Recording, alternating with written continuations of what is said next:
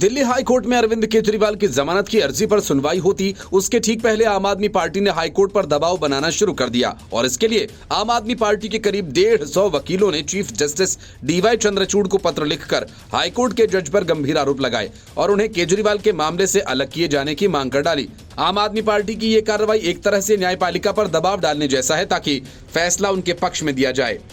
मामला निचली अदालत के जज न्याय बिंदु द्वारा केजरीवाल को दी गई एक तरफा जमानत का है, जिस पर हाईकोर्ट ने स्टे लगा दिया था। इस मामले की सुनवाई हाईकोर्ट में होनी है और इसके पहले दिल्ली के करीब 150 वकीलों ने chief justice of India DY Chandrachud को एक चिट्ठी लिखी और चिट्ठी में केजरीवाल मामले में हाईकोर्ट के रवैये पर सवाल उठाए गए। चिट्ठी में दिल्ली हाईकोर्ट के निचली अदालतों में प्रैक्टिस करने वाले करीब 150 वकीलों ने सीजीआई से कहा, जानबूझकर अरविंद केजरीवाल की जमानत पर हाईकोर्ट द्वारा स्टे लगाए गए। लंबा खींचा जा रहा है। पत्र में कहा गया कि केजरीवाल की अदालत अर्जी पर जज फैसला लेने में देरी कर रहे हैं और लंबी तारीखें दे रहे हैं। सीएम केजरीवाल को 21 मार्च को ईडी ने मनी लॉन्ड्रिंग के मामले में अरेस्ट किया था। चुनाव से पहले उन्हें जेल से बाहर आने का मौका मिला, हालांकि मौजूदा वक्त में वो फिर जेल में हैं।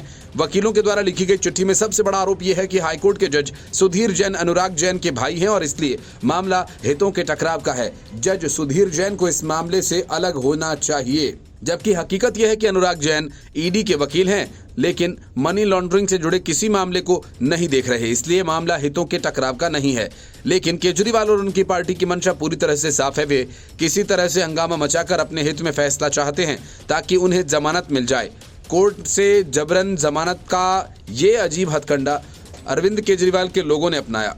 वकीलों द्वारा लिखी गई चिट्ठी में यह भी कहा गया, हाईकोर्ट के जस्टिस सुधीर जैन को केजरीवाल की जमानत के खिलाफ ईडी की अर्जी पर सुनवाई नहीं करनी चाहिए थी, क्योंकि जस्टिस सुधीर जैन के भाई अनुराग जैन ईडी के वकील हैं। बता दें कि 20 जून को सीएम केजरीवाल को राउज एवेन्यू कोर्ट ने जमानत दी थी। इसके कुछ दिन बाद ही सीबीआई ने उन्हें इसी केस से जुड़े भ्रष्टाचार के मामले में अरेस्ट कर लिया। केजरीवाल अब सीबीआई की गिरफ्तारी को भी अवैध बताकर उसके खिलाफ याचिका दायर कर चुके और इस मामले की भी सुनवाई की जानी है। अरविंद केजरीवाल को शराब घोटाला से जुड़े मनी लॉन्ड्रिंग मामले में ईडी ने गिरफ्तार किया था। ईडी ने केजरीवाल पर निजी तौर पर आम आदमी पार्टी और राष्ट्रीय संयोजक होने के तौर पर भी दोषी मानते हुए मामला दर्ज कर रखा है। इस मामले में मनीष सिसोदिया 1 साल से भी अधिक वक्त से जेल में हैं। Bureau report, news of India.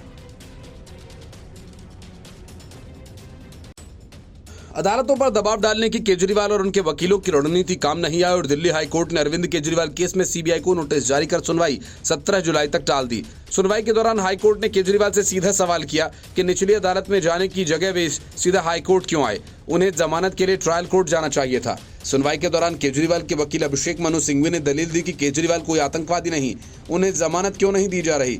Delhi high court ने अरविंद केजरीवाल के वकीलों अभिषेक मनु सिंघवी और विक्रम चौधरी से पूछा कि उन्होंने जमानत के लिए सीधे हाईकोर्ट का रुख क्यों किया, जबकि उनके पास सेशन कोर्ट में इसके लिए अर्जी देने की रेमेडी उपलब्ध थी। केजरीवाल के वकीलों ने कहा कि सुप्रीम कोर्ट और हाई कोर्ट के तमाम फैसले जो हमें सीधे यहां आने का अधिकार देते हैं, हमारे ऊपर ट्रिपल टेस्ट की शर्तें लागू नहीं होती, न कोई फरार होने का खतरा। और इस बात को भी गौर किया जाए, केस दर्ज होने के 2 साल बाद गिरफ्तारी हुई। सीबीआई ने विरोध करते हुए कहा कि वे सीधे यहां नहीं आ सकते। हमने 4 चार्जशीट दाखिल की हैं। अदालत में केजरीवाल की ओर से सीनियर वकील विक्रम चौधरी और अभिषेक मनु सिंघवी पेश हुए। सिंघवी ने कहा कि ऐसा मामला नहीं जिसमें ट्रिपल टेस्ट का दूर तक कोई आरोप लगा हो। इस मामले में 4 लोगों को जमानत मिल चुकी है। सामान्य जमानत टेस्ट में कौन सा टेस्ट उसे जेल में रखता है और उसे 2 साल बाद गिरफ्तार किया गया है। उन्होंने आगे कहा कि मुझे ईडी केस में ट्रायल कोर्ट से जमानत मिली और उसके बाद ही मुझे गिरफ्तार किया गया। मैं कोई घोषित अपराधी या आतंकवादी नहीं हूं, मैं कुछ अंतरिम राहत मांग रहा हूं। सीबीआई की ओर से सीनियर वकील डीपी सिंह पेश हुए। उन्होंने कहा कि केजरीवाल ने गिरफ्तारी को चुनौती दी है, ये पहले से ही लंबित है। जमानत के लिए अर्जी पहले ट्रायल कोर्ट में होनी चाहिए थी। हाई कोर्ट ने पूछा कि ट्रायल कोर्ट के समक्ष कोई जमानत याचिका नहीं है। जवाब देते हुए सिंघवी ने कहा कि सुप्रीम कोर्ट के 9 फैसले हैं। कोर्ट ने कहा कि आपको सेशन कोर्ट की पहली सुनवाई का लाभ मिलेगा और इस कोर्ट की क्षमता पर कोई सवाल नहीं।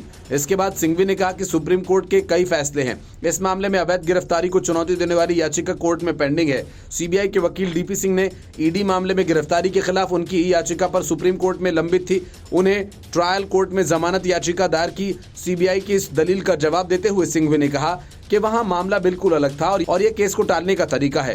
कानून स्पष्ट है, जज के पास इसका अधिकार है। चौधरी केजरीवाल के वकील विक्रम चौधरी ने कहा कि हमारा मुख्य तर्क यह है कि धारा 41A का उल्लंघन हो रहा है। ट्रायल कोर्ट ने कहा कि 41A का उल्लंघन नहीं किया गया, इसलिए हम कह रहे हैं कि ट्रायल कोर्ट जाना निरर्थक होगा। सिंघवी ने आगे कहा कि सुप्रीम कोर्ट ने कानून तय कर दिया है, यहाँ धारा 45 PMLA शामिल नहीं है। आज जज ही इस पूरे मामले पर सुनवाई कर सकते हैं और ये याचिका जमानत की है।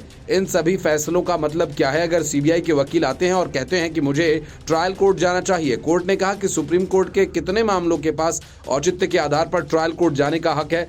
कानून स्पष्ट है, हमारे पास समवर्ती अधिकार क्षेत्र है। सुप्रीम कोर्ट ने कहा कि आपके पास जब उपाय उपलब्ध है तो उच्च न्यायालयों को बाधित न करें। कोई कारण होगा कि आप सीधा कोर्ट आएं।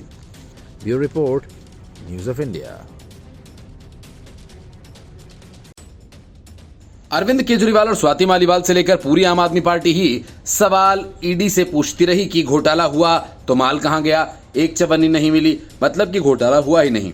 आम आदमी पार्टी इस घिसे पिटे सवाल को अरसे से सुना रही है और पूछ भी रही है, इसलिए अब ईडी ने घोटाले में मिली रकम को भी खोज निकाला है। असल में मामला दिल्ली जल बोर्ड में हुए सैकड़ों करोड़ के घोटाले का है। ईडी के हाथ कैश लगने की खबर से आम आदमी पार्टी में खलबली मच गई और आतिशी मारलेना खासतौर पर परेशान हो गई। दिल्ली जल बोर्ड यानी DJB में STP घोटाले की जांच के लिए मनी लॉन्ड्रिंग का मामला दर्ज किया गया। जांच एजेंसी ने कहा कि उनसे दिल्ली जल बोर्ड के कुछ सीवेज ट्रीटमेंट के विस्तार में कथित भ्रष्टाचार से जुड़े मनी लॉन्ड्रिंग मामले के तहत की गई तलाशी के दौरान 41 लाख रुपए नकद, आपत्तिजनक दस्तावेज और डिजिटल उपकरण जब्त किए गए। जांच एजेंसी ने एक बयान में कहा कि इस मामले में 3 जुलाई को छापेमारी शुरू की गई और दिल्ली, अहमदाबाद, मुंबई, हैदराबाद में कई जगह छापे मारे गए। मनी लॉन्ड्रिंग से जांच यूरेटेक एनवायरमेंटल प्राइवेट लिमिटेड नामक कंपनी और एक अन्य के खिलाफ दिल्ली सरकार की भ्रष्टाचार निरोधक शाखा की एक FIR के आधार पर शुरू की गई। ACB द्वारा दर्ज FIR में 10 सीवेज ट्रीटमेंट प्लांट यानी STP के विस्तार और नवीनीकरण के नाम पर दिल्ली जल बोर्ड में घोटाले का आरोप लगाया गया। ईडी के अनुसार ACB द्वारा दर्ज की गई FIR में आरोप लगाया गया कि केवल 3 विभिन्न संयुक्त उद्यम कंपनियों ने 4 निविदाओं में भाग लिया। ईडी के अनुसार 2 JV को एक टेंडर मिला और 1 JV को 2 टेंडर मिले। तीनों JV ने 4 MTP टेंडर्स में पारस्परिक रूप से भाग लिया ताकि ये सुनिश्चित किया जा सके कि प्रत्येक JV को टेंडर मिले। FIR में आरोप लगाया गया कि निविदा की शर्तों को प्रतिबंधात्मक बनाने के लिए IAFS प्रौद्योगिकी को अनिवार्य बना दिया गया ताकि ये सुनिश्चित किया जा सके कि कुछ चुनिंदा संस्थाएं ही इन 4 बोलियों में भाग ले सकें। केंद्रीय जांच एजेंसी के अनुसार शुरुआत में तैयार की गई लागत का अनुमान 1546 करोड़ रुपए था, लेकिन निविदा प्रक्रिया के दौरान संशोधित कर 1943 करोड़ रुपए कर दिया गया। आरोप लगाया गया कि इन तीनों JV को बढ़ी हुई दरों पर ठेके पर दिया गया, जिससे सरकारी खजाने को करीब 400 करोड़ का नुकसान हुआ। ईडी ने कहा कि उसकी जांच में पाया गया कि 1943 करोड़ रुपए मूल्य के STP से संबंधित 4 टेंडर दिल्ली जल बोर्ड द्वारा 3 JV को दिए गए थे। एजेंसी ने कहा कि सभी 4 निविदाओं में 2 JV ने प्रत्येक निविदा में भाग लिया और सभी 3 JV की निविदाएं हासिल की। सभी 3 JV ने निविदाएं हासिल करने के ताइवान के एक प्रोजेक्ट से जारी एक ही अनुभव प्रमाण पत्र जारी किया था, जिसे बिना किसी सत्यापन के स्वीकार कर लिया गया। तीनों संयुक्त उद्यमों में हैदराबाद के यूरेटेक एनवायरमेंट प्राइवेट लिमिटेड के 4 निविदाओं से संबंधित कार्य का उप अनुबंध दिया। ईडी के अनुसार निविदा दस्तावेजों के सत्यापन से पता चला कि 4 निविदाओं की प्रारंभिक लागत लगभग 1546 करोड़ रुपए थी, जिसे उचित परियोजना रिपोर्ट का पालन किए बिना संशोधित कर 1943 करोड़ रुपए कर दिया गया। रिश्वत लेकर लोकसभा में सवाल पूछने के कारण अपनी सदस्यता एक बार गंवा चुकी ममता बनर्जी की पार्टी की सांसद महुआ मोइत्रा ने फिर से अपनी हरकतें तेज कर दी हैं। देवी देवताओं तक पर आपत्तिजनक टिप्पणी करने वाली महुआ मोइत्रा ने इस बार राष्ट्रीय महिला आयोग यानी NCW की प्रमुख रेखा शर्मा पर अभद्र टिप्पणी कर डाली तो हंगामा मच गया। NCW प्रमुख रेखा शर्मा ने लोकसभा अध्यक्ष ओम बिरला और दिल्ली पुलिस आयुक्त संजय अरोड़ा को पत्र लिखकर महुआ मोइत्रा के खिलाफ एक्शन लिए जाने की मांग की। मोइत्रा ने एक्स पर डाली गई एक वीडियो पर टिप्पणी की थी, जिसमें NCW प्रमुख हाल में उत्तर प्रदेश में हाथरस में भगदड़ मचने के बाद घटनास्थल पर आती हुई दिख रही हैं। इस वीडियो पर महुआ ने लिखा कि वो शर्मा अपने बॉस का पजामा संभालने में बहुत व्यस्त हैं।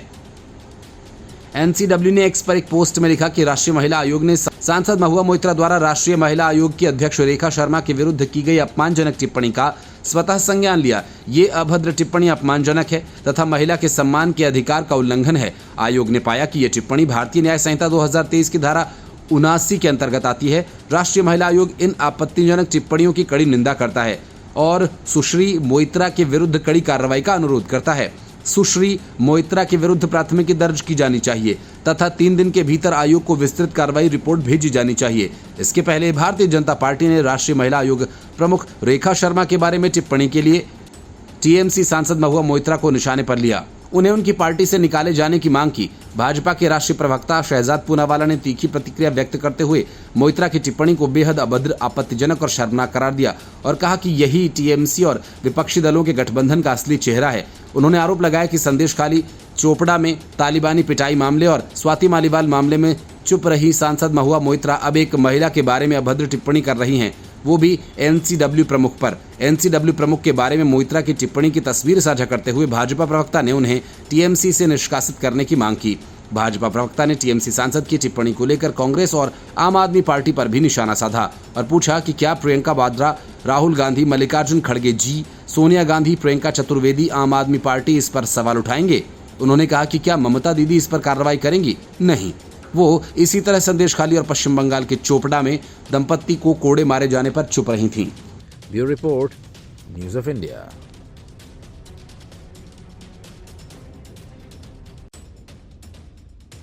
आम आदमी पार्टी की सरकार के करीब सारे विभाग घोटालों से जर्जर हो चुके, फिर भी पार्टी खुद को सबसे ईमानदार बताती है और कहती है कि पहले घोटाले का माल खोज कर निकालो। जब ईडी ने दिल्ली जल बोर्ड में हुए करीब 400 करोड़ के घोटाले का पता लगाया और कई जगहों पर छापेमारी की, छापेमारी में ईडी के 41 लाख कैश, कई दस्तावेज और डिजिटल सबूत मिले। इसके बाद से आम आदमी पार्टी में बेचैनी बढ़ गई। जल मंत्री आतिशी मार्लेना तुरंत मीडिया के सामने आई और लेकिन अकेली नहीं, उनका साथ देने के लिए सौरभ भारद्वाज भी आए। जल बोर्ड मामले में घोटाले के संबंध में ईडी द्वारा मनी लॉन्ड्रिंग का मामला दर्ज किए जाने को लेकर आम आदमी पार्टी के नेताओं का कहना है कि ईडी कब क्या क्यों करती है जग जाहिर है। इस बारे में आतिशी ने कहा कि अगर कोई सांस लेने का डिपार्टमेंट भी हो ना तो ईडी इस बात पर भी केस कर देगी कि आम आदमी पार्टी के नेता सांस कैसे ले रहे हैं। आतिशी के साथ सौरभ भारद्वाज भी मौजूद थे। प्रेस कॉन्फ्रेंस के दौरान जब दोनों से ईडी द्वारा दर्ज किए गए इस नए मामले के बारे में पूछा गया तो सौरभ भारद्वाज ने हंसते हुए पूछा कि दिल्ली जल बोर्ड में मनी लॉन्ड्रिंग का मामला ये क्या बना दिया। इसके बाद जब एक मीडिया कर्मी ने उन्हें इस घोटाले को लेकर ईडी की कार्रवाई की पूरी जानकारी दी तो जल मंत्री आतिशी बोली, ईडी क्या काम करता है, क्यों काम करता है, किसके खिलाफ काम करता है, किसके कहने पर काम करता है, ये जग जाहिर है और इस पर बहुत ज्यादा टिप्पणी करने की जरूरत नहीं। आगे बोली, इस देश में भाजपा की वॉशिंग मशीन तो सबने देखी है कि जो अजीत पवार जी और उनके पूरे परिवार पर केस होते हैं वो जब भाजपा में जाते हैं तो फिर चाहे वो शुगर कोऑपरेटिव का केस हो, चाहे वो सिंचाई घोटाले का केस हो, तो उसमें ईडी क्लोजर रिपोर्ट दाखिल कर देती है। प्रफुल्ल पटेल जी का 70,000 करोड़ रुपए का एविएशन घोटाला हो जिसमें सीबीआई और ईडी कह देती हैं कि हमारे कागज खो गए इसलिए हम केस बंद कर रहे हैं। जब हेमंत बिस्वा शर्मा जी भाजपा के मुख्यमंत्री बन जाते हैं तो वहां के हाइड्रो पावर घोटाले को ईडी बंद कर देती है। आतिशी ने कहा कि आम आदमी पार्टी भारतीय जनता पार्टी और प्रधानमंत्री नरेंद्र मोदी का विरोध करती आई है और उनकी तानाशाही का विरोध करती रहेगी। तो दिल्ली जल बोर्ड क्या, अभी तो हेल्थ डिपार्टमेंट में, एजुकेशन डिपार्टमेंट में, फ्लड डिपार्टमेंट में अगर कोई सांस लेने का डिपार्टमेंट भी हो ना कि आम आदमी पार्टी वाले सांस कैसे ले रहे हैं तो उस पर भी ईडी केस कर सकती है। कि प्रवर्तन निदेशालय ने कहा कि उसने दिल्ली जल बोर्ड द्वारा कुछ सीवेज उपचार संयंत्र के विस्तार में भ्रष्टाचार से जुड़े मनी लॉन्ड्रिंग मामले में छापेमारी के दौरान 41 लाख रुपए नकद, आपत्तिजनक दस्तावेज और डिजिटल उपकरण जब्त किए। जांच एजेंसी ने एक बयान में कहा कि इस केस के सिलसिले में उसने 3 जुलाई को दिल्ली, अहमदाबाद, मुंबई और हैदराबाद में कई स्थानों पर छापेमारी करते हुए ये सामग्री बरामद की। ईडी की एफआईआर में आरोप लगाया गया कि निविदा की शर्तों को कुछ इस तरह से बनाया गया था ताकि ये सुनिश्चित किया जा सके कि कुछ चुनिंदा कंपनीज 4 बोलियों में भाग ले सकें।